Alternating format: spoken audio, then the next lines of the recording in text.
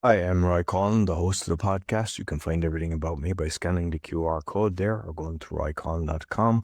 And you'll find my six podcasts, the Podfather, helping people become podcasters, the Awakening, exposing fraud and corruption, but with solutions, the Crypto, all things blockchain technology, meditation podcast, speaking podcast, and the Learn Polish podcast. You can also help the show by actually making a donation, visiting the store, or helping my sponsors. I hope you enjoyed this week's show. Welcome to the Crypto Podcast and also the Awakening Podcast. And you'll understand why, when we have our conversation, why I've decided to put this one on both the shows. You'll find all our episodes on awakeningpodcast.org and thecryptopodcast.org. My guest, known as the Web3 Statesman, is a 35-year-old politician, former lawyer, and educator who started college at 11 years old, which I've never heard before, which is impressive. As an active blockchain and AI investor, developer, and educator since 2016. Meyers Montgomery evangelizes the transformative power of blockchain technology. He is a distinguished speaker on blockchain and serves as an advisor to presidential and congressional candidates. From Washington in the USA, please welcome Dr. Jamar Montgomery. Thank you for having me. Great to be here. Yeah, no problem. And yeah, it's usually when I'm doing my research and I look at the different things, but you've an impressive CV. And I suppose at the start, starting college at 11, how did that happen? Yeah, man. My parents were looking for things to do with me during the summer, and I was already advanced, and so my parents were able to find a loophole at a local community college where I was able to start taking classes at 11. So I think my first class was a history class and then a philosophy class. Yeah, a history class, American history, and then a philosophy class. And so I started taking college classes at 11 and then started full time at 14. And then I graduated at 19 with my bachelor's in mechanical engineering. So it was definitely a different experience being as young as I was, being around those folks. But yeah. And what I find strange, because like I can compare Ireland with Poland, and we start school very young. We start at 4. And I actually went to college at 17 and done a diploma. So I finished at 20. But I see a lot of people here, they're 24 to 26. It's very late to be leaving school. And I'm totally prefer an earlier system. And can you see that changing? Because I mean, I think the States is similar. It's not normal to be finishing at 19. I presume it's around 24, 22 kind of thing. Yeah, it's usually around between 22 and 24, and it just shows that the United States has a lot of work to do when it comes to education and making sure that the education system is geared towards this 21st century technology and workforce that's going to be needed. We've enjoyed supremacy in the world for a number of years, but there's a major change in the world order going on right now. And I fear that because of the United States' antiquated and maybe even highly bureaucratic educational system, that a lot of the students are going to be left behind. And as a result, the United States is going to be left behind. We're seeing that we're having to import a lot of our talent instead of really homegrowing our own talent and developing and nurturing the talent that's here. And that's been something that has been going on definitely for the last 100 years, but it's shown itself in the way that America's racist past and not highlighting and not encouraging the Black geniuses and Black mathematicians and Black engineers that were available. And so now we're dealing with the repercussions of that.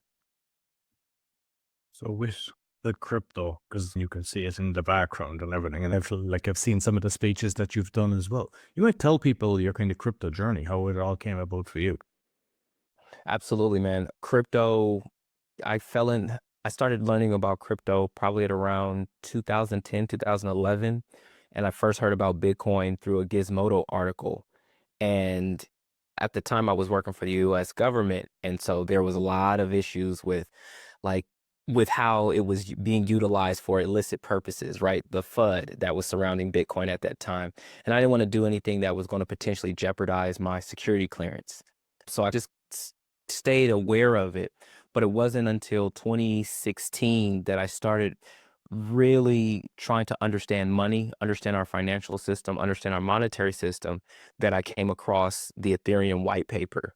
And particularly, it was Reggie Middleton giving an explanation of DeFi and Veritasium. Reggie Middleton is a pioneer in the DeFi space and is known as the father of DeFi. And once I read the Ethereum white paper in 2016 and the Veritasium white paper in 2016, 2017, I was reading white papers and reading Cointelegraph and CoinMarketCap. I was on there 24/7 and became an evangelizer in this space. In 2017, started a company with my partner called Cryptonomics Wealth. And we did well, started a podcast, and even developed our own coin called Amy. My crypto journey started as a result of me learning about finances and learning about money, and then blossomed into an incredible career of speaking all over the world about blockchain and crypto. Very good. And just curious, with your background in the military and everything, who do you think created Bitcoin? Because I'm getting so many different answers. And if you look at a white paper that was done previously, it looked like it was created by the government. There's been the talks that the people associated with the NSA created Bitcoin. You'll run into people who say that they've met Satoshi Nakamoto, and particularly being in the Washington area, there are a few technology OGs that are here that are actually aware or think that they know who Satoshi Nakamoto is. And it makes sense, being that it was the cypherpunk era and came out a result of that particular group. Who created it? I don't know. I don't know who Satoshi Nakamoto is, but what I can say is that we are in an era where so many people who would have been nobodies, or so many people who were looking for an opportunity, crypto has created that opportunity for them and allowed them to be household names. And I think that's absolutely incredible. No. Uh, Hedera, that's something that you've been involved in, and I hadn't heard of that before. So you might let people know what exactly it has and what's the advantage of it. Absolutely. Hedera is one of those blockchain, or DLT. It's technically not a blockchain, but that's neither here nor there. But Hedera is one of the protocols that I am most excited about. Like, when I first got into crypto, Ethereum is what just blew my mind, because I saw this as a distributed computer, a distributed operating system, right? That also had its own financial layer. And now seeing with Hedera, it is now taking that distributed operating system to a whole new level, where you now have a metadata rich environment that makes it easier for integration with AI. And that right there, I believe, is the catalyst for explosion in the blockchain space. Is that AI is the peanut butter, and blockchain is the peanut butter, and AI is the jelly. And when you bring those two together, you have something amazing that happens. Blockchain provides the structure. AI provides all the necessary sweetness and insights that you normally wouldn't have been able to get with other blockchains. So I got involved with Hedera. I've been watching Hedera since 2018, 2019, when I first saw some lectures by Dr. Lehman Baird, who's the co-founder of Hedera, only to end up being asked by Dr. Lehman Baird to be on a panel on a Hedera panel during the World Economic Forum last year in Davos, Switzerland. So part of my journey has been recognizing and understanding these technologies, and then becoming an evangelist of those technologies, and later speaking on those technologies. Like, I remember being back in, what was it, Consensus, when Consensus used to be just a part of South by Southwest, and it was just a little hub of South by Southwest, and being able to walk up to Joseph Lubin and ask him questions, right? Try doing that now. Try being able to see some of these people now. And so where Ethereum is at, you're going to see H bar take off even more because they're focused on trying to be the blockchain of enterprises. With the way the bull and bear markets all the time. Like people are thinking now that it won't, like say Bitcoin or the ones that they have the ETFs on, won't be the same because you have the likes of BlackRock holding so much and they're not going to sell it. So you won't have the major fluctuations like you saw before. Just curious, is that what you think of that? Is that what's happening? And how do you feel about the likes of BlackRock that they have so much shares? The big boys have been saying that they weren't going to get into it for years while they were all quietly getting into it. And what we should really pay attention to is the relationship between BlackRock and the large mining groups and the large mining pools. That's something that really hasn't been investigated in. Why? It's the mining pools that control literally the supply of Bitcoin. So we haven't really paid attention to that. The fact that Fidelity Investments has been experimenting with Bitcoin since 2013. They used to use it in their cafeteria, that kind of thing. The fact that JP Morgan has talked about blockchain and crypto, but they've been involved with Ethereum since 2016, 2017. When we talk about price stabilization, when we're talking about price stabilization of some of these major cryptos like Bitcoin and Ethereum, the price stabilization is important for their risk management. However, when you start to look at grayscale investments or you start to look at some of these other crypto focused hedge funds and looking at what they're invested in and recognizing that usually that these venture capital firms, these hedge funds, they're looking for 10 to 50x returns on their money. That lets you know that there's still a lot of opportunities available. And one of the companies just released their proposed investment list just a couple days ago. And to see some of my favorites on there is exciting. And with the political side of things then, because what I've seen is with the new election, both in the Senate and that there's a majority that are in favor of crypto, but we know that Trump has come out and said that he's in favor of crypto. So I'd like to know your take on that because you've got the political career, you've talked to them.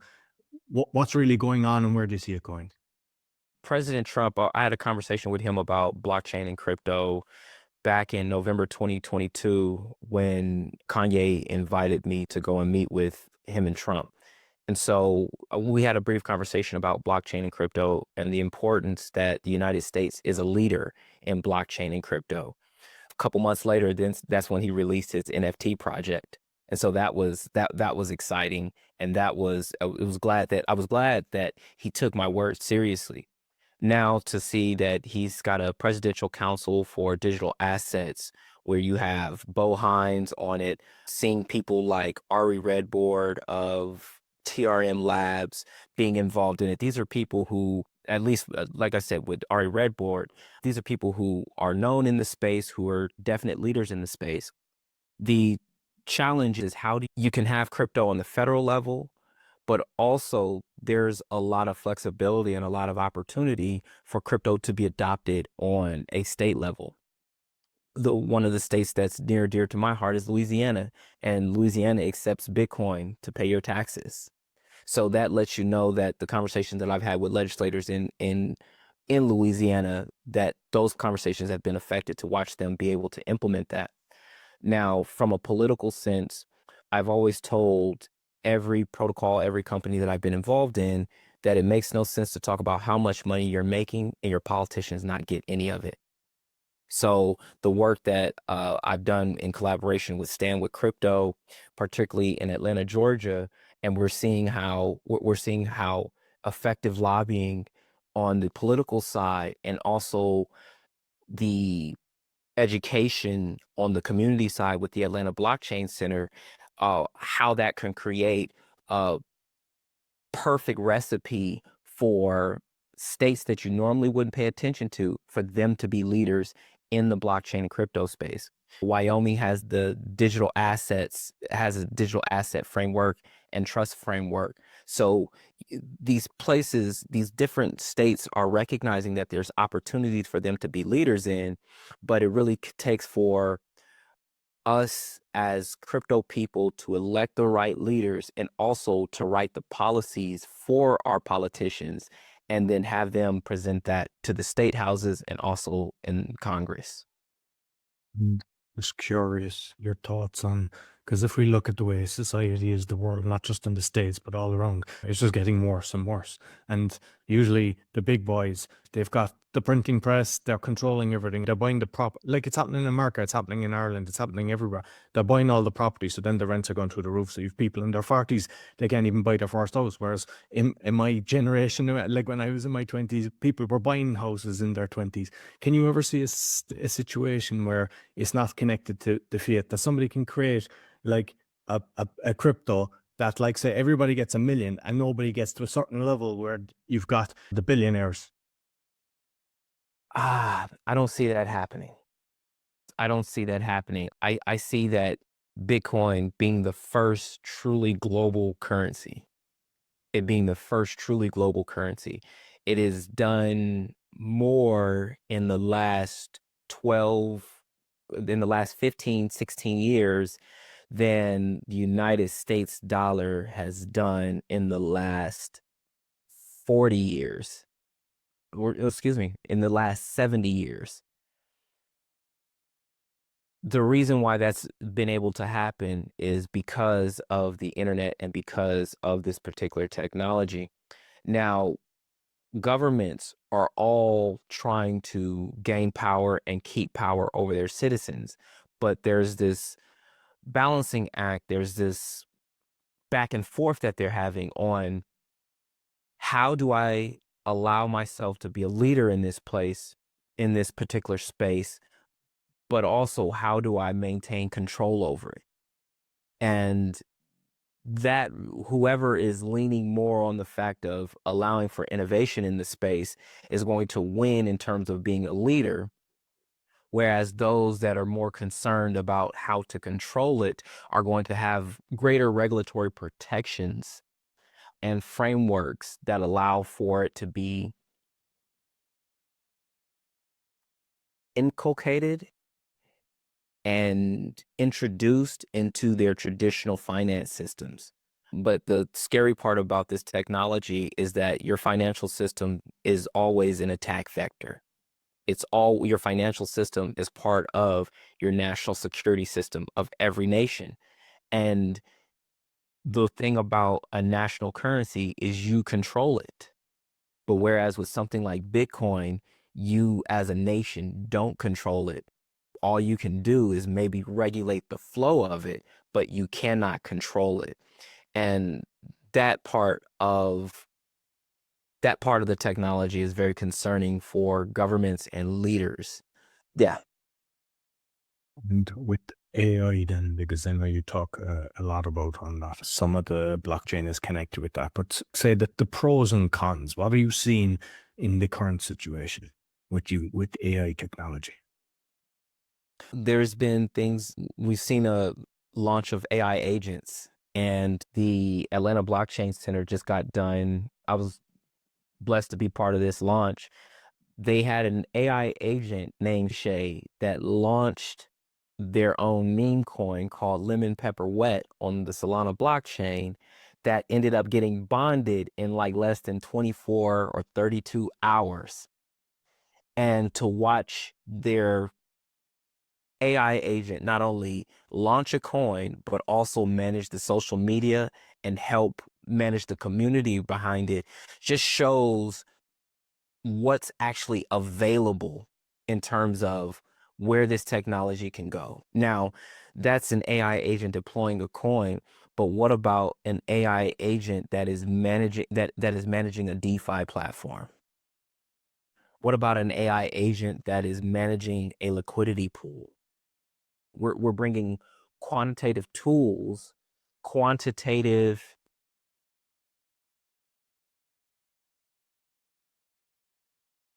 quantitative tools, quantitative mindsets, quantitative apparatuses to blockchain, and now where can these things go? The first thing that we always focus on is on finance and on money.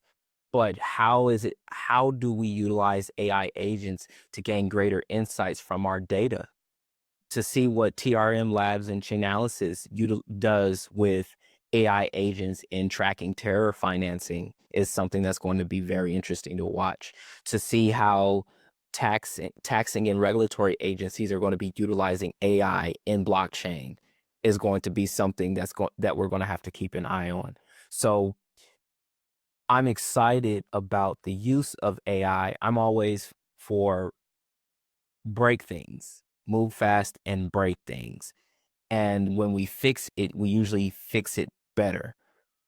But at the same time, what we're worried about with AI is fraud. We're worried about bad actors. And in all actuality, we're more afraid of a good person going bad using AI than we are of a bad person doing something bad with AI. The reason why is because it's predictable. When we know a bad person, we know that they're going to do bad things with AI, but it's highly unpredictable when we see a quote unquote good person turn bad utilizing AI. Yeah, because that was one of the things I was going to mention. Because if we look at Microsoft, Google, we know that the things that they're up to, and unfortunately, they're the guys with all the money creating this. And I've had situations where a few of the AI says basically just stopped writing to me and being in things like that because they didn't like the questions I was asking, and I was catching it up. A lot of times it lies, which is strange because people are making an assumption that the information they get is like they do a Google search and then they're regurgitating this lie, just thinking it can't be wrong. But that's the situation. But there was one that I was looking at doing lead generation, and I got a call and I said, "Is this AI?" And I said, "No, this is me talking away." And eventually I just knew, I said, "There's something up there." And I caught it out and it actually apologized to me. So that's very dangerous when you've got to that level, that because with all the scamming as well, because I've had a few people on just about the crypto scams and how they're catching elderly people, like deepfake, pretending it's me going on to people. There is so much scariness that's out there that people need to be really careful. Yeah. Yeah. Dependence, dependence versus assistance. Am I dependent on the AI or am I utilizing the AI as an assistant? And with an assistant, it would be good if you check the work, right? Until you trust that particular person. And we have to look at AI as our employee. Our employee is extremely smart, but the hallucinations that it may give, right? We might think that's actually a feature. It's not a glitch, it's a feature. Why? You're asking something to calculate the probability of the next word based upon the words, the inputs that you've given it. And the fact that it found this particular string of words and created this sentence for you, you would have never thought to put that together. But in some probabilistic sense, those words are supposed to go together. Now, once again, when people talk about AI is going to take away people's jobs and things like that, it's going to transform jobs. So when you, just because you have AI is like a butterfly. The caterpillar had to turn into a butterfly. The caterpillar is no longer there, but it transformed into a butterfly. So the jobs that AI that were there before AI are going to transform into different jobs. And that transformation is something that we have to start looking forward to and start really trying to anticipate. So if you know that your AI will lie to you, if you know that your AI will hallucinate, there's going to be somebody that needs to verify whether or not what you're seeing is a hallucination. There's going to be somebody who needs to create that programming in order to do that.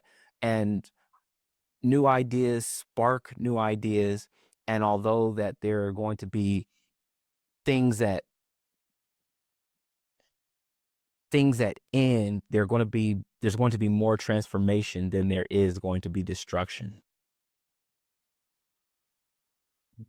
Like one of the things, there's kind of pros and cons here. It's especially for the elderly when like everything now is, you're no longer talking to a human. Like even if you go to the supermarkets, most of the time, like you're doing the checkout, you don't get the Christmas holiday or stuff like that working. You're not working for them as such. But with the robotics then and the AI, in reality, when the price of that starts coming down, that they could be used to be helping the elderly and having the conversation, because the reality is if they're talking to somebody, it's similar. And also, if something happens to somebody, it could have an alarm system that's actually notifying the ambulance service to come in. So one, it's creating distance, but on the other side, when we embrace it, we can use it to our advantage.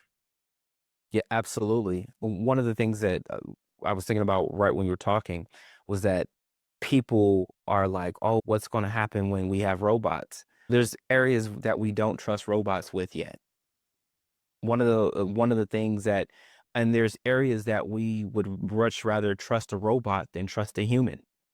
And so one of those areas is space exploration, right? The establishment of being a truly interplanetary species, those kinds of things.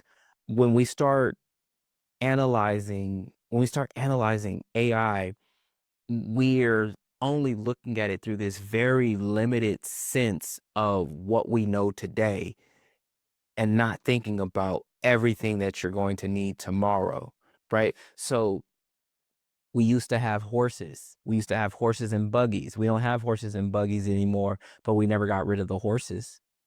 Now, instead of the horses being something of necessity, now the horses are something of a luxury. That the people who usually have horses are people who usually have cars, and then they have a horse. They have something extra. So the jobs are no longer there, but the people had to transform into a different skill set. With your political background and also that you became a lawyer and your license was gone, you might touch on that later.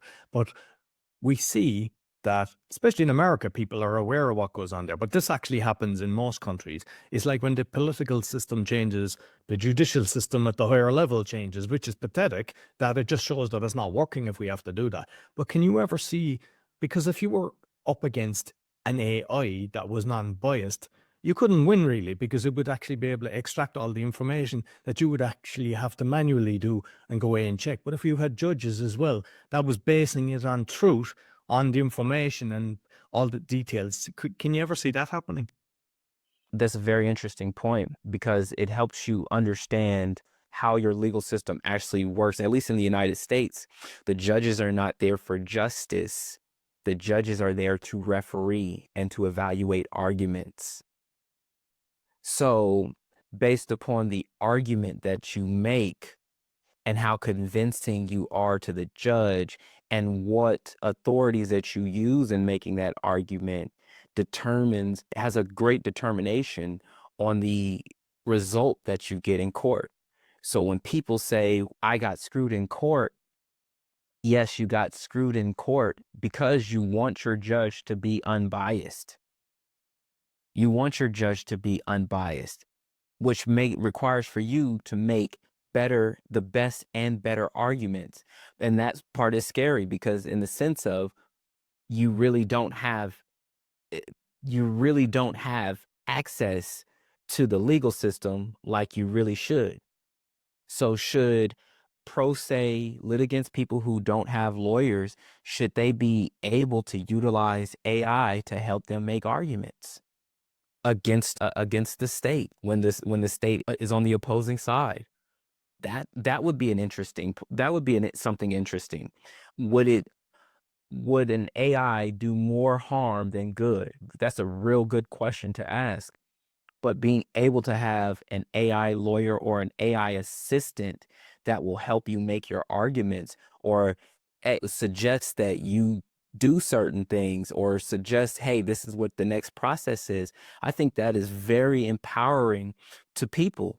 Now, the question is, are the people who, at least in the United States, have the power, are they going to utilize their power and push their politicians to ask that they have better access to legal resources through AI?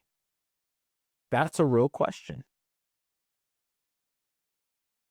With NFTs, because I know you're heavily involved with NFTs, and that was something that at the start, a lot of hype about it, and then it was gone. But the reality is, when there's proper utilities and everything, it can be, and even for collectors as well, if you get it, because people collect shoes, they collect badges, they collect stamps. So when you get the collection side of things, but like, where do you see it going? Because it's had its own kind of roller coaster as well. So, like the fact that you're so close to what's happening in the market now with the NFTs.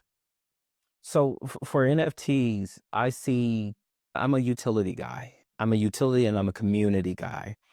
I see NFTs through the lens of community and rewarding loyalty.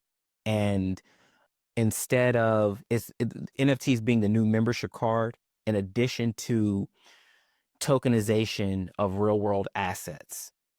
So the non-fungible tokens, the dynamic NFTs being a rise in dynamic NFTs, also being a rise in real world asset tokenization, and a simplified user experience of NFTs for uses of tracking community and rewarding loyalty. That's where I see NFTs being at. Once again, the whole craze of buying the Bored Apes and all of that, it made sense when you started to see that, oh, you were buying membership into a community and that community was throwing parties. And instead of, if you owned a Bored Ape, you were able to go to certain events and there were high profile people at those particular events. So it was as similar as having a gym, a membership to a very exclusive gym or exclusive club, just now adding technology to it and being able to do it in a decentralized way, in that the people that are members are all over the world and come from and have a similar background or at least a similar passion in crypto. Have you seen, because I know there's a lot of people working on different things, and it's very hard to stay on top of everything, but that the masses would actually be able to embrace blockchain, because there's so many people have lost millions. Even like Mark Cuban got caught. There's so many scams out there. So then people are terrified. Can you see technology simplifying it, but in a way that's safer? Absolutely. Absolutely. When we make the wallet infrastructure simpler, in terms of Tezos did something a while back that I loved, and it was a single sign-on wallet utilizing SSO technology, being able to have single sign-on technology for your wallets. That is groundbreaking, because then you move it from, it becomes Web 2.5. Web 2.5 getting you to Web 3.0. We have the Web 2.0 aspect of it, of the single sign-on, and bringing that to the blockchain. When dealing with scams, we looked at writing legislation about implementing KYC for anybody that created an NFT project. And what that would do was giving people the ability to sue people when there was a rug pull, like the Hop Tua girl, right? Luckily that she's a influencer and not difficult to find. But what about the people that are all over the world, and being able to create the mechanisms for getting recourse against them? And why do I say that? In the crypto community, there's this ethos, and rug pulls and scams should be frowned upon. And we should say, all right, if you abide by this ethics, this code of ethics, you're protected. But any time that you violate that code of ethics, we're throwing you to the wolves. And because I had heard about the Hawk 2 girl, but is there any update on that? Are they doing anything? Because there was so many opinions. It was like, oh, if you started investing with somebody and how she became famous, that's on you. But at the same time, just the way so it looked, just from me listening in, it looked like she hadn't a clue about crypto. And it was like somebody basically used her influence and her database of people to launch this, and she was obviously getting the cut because when she was called out when it was live, you could see that she didn't really know what she was talking about, and then they jumped in. So, is there anything going to happen to her? What's the latest on that? Not that I know of. Not that I know of. I just recently found out about a popular internet character named Charleston White that just got done launching a coin. And he talks so bad about crypto, and then for whoever on his team to finally convince him to launch his coin, and it's a stupid name. I understand the name because it's on brand for him, but it's still a stupid name. And then the fact that he has absolutely no idea about crypto. But once again, these are people who are making money off of their influence and off of their name. And I'm all for people making money off their name and influence, but do it in a responsible way that respects the code of ethics of the community. This isn't just about money. This is about freedom. This is about independence. This is about becoming your own bank and self-sovereignty and being able to help others get into the space. You mentioned earlier about Davos, and you'll hear two sides to Davos because a lot of people see it's run by all demonic people and they're doing bad things in the world. And then there was somebody I know that was actually asking me to, they were going there. And when I stated the stuff that I was aware of, they were saying you need to bring the light into the darkness to make change, which I liked. I was like, so I know there's a lot of good people going there as well. But the fact that you've been in the belly there and what's going on in the world, I presume there's both sides of things happening in there, the good and the bad. Absolutely. Absolutely. Whatever you're looking for there, you'll find it. You'll find it. And it's extremely important to set your intentions before you go. Set your intentions before you go and have a plan when you go. And that makes the world of difference. I'll say this is that the best stories always start off with, so I was at this Illuminati party, right? The thing is that it's very important for when you're a global leader, when you're someone with global influence, you have to be in the room. You may not agree with what's going on or what's being discussed, but at least you need to be informed and aware. That way you can communicate that to your circle of influence and do your part in being a responsible and benevolent world leader. And that's when I go, that's my intention. Very good. And I see as well, you were advising diplomats in 2022 for the United Nations. Same thing. We heard good and bad about the UN. See, right, like what exactly was going on there and what's your thoughts? Obviously, if you're advising them, you can't exactly say they're bad, but I presume it's very similar, same kind of thing. I only deal with the good ones. I only deal with the good ones. And particularly His Excellency Ambassador Dr. Prophet Kofi Danso is an incredible leader who is trying to empower everyone around him with business knowledge, with information about crypto. He's helping refugees in Canada. So I like to deal with I like to deal with the good ones. I like to deal with the people who care about the people and who are going to do what's right. That's who I like dealing with, and that's who I focus on dealing with. I think it's an important point with both of them because there's so many people like that are out there trying to expose everything and show the different things. And they're just looking for the negative and attacking, and they're just finding the negative without actually realizing what's going on and how to make change properly. Yeah. Yeah. If they say if it bleeds, it leads. And that's a problem. That's a societal problem, is that we're moved by the negative more than we're moved by the positive. So it says more about our society than it says about the people who are meeting the needs of society or meeting the wants of society. Good. Another thing I came across now, Black Crypto Club. What exactly is that? The Black Crypto Club, I was working with was working with Dr. Boyce Watkins, and I was one of the lead instructors for the Black Crypto Club. And it is a incredible community of people who are all trying to learn about crypto. And I taught classes for them, helped people open up wallets. So it was an incredible teaching experience that allowed me to be able to teach people who look like me and who were passionate about leaving legacies to their family to learn about crypto. Very good. And I believe you experience as well with drones. And so one, you might tell me about the drones, but two, I don't know, do they have any firefighting thing? Because like we're hearing all the stuff with California. Is it possible that they could be used for that? I'm actually working with a startup that's exploring those options.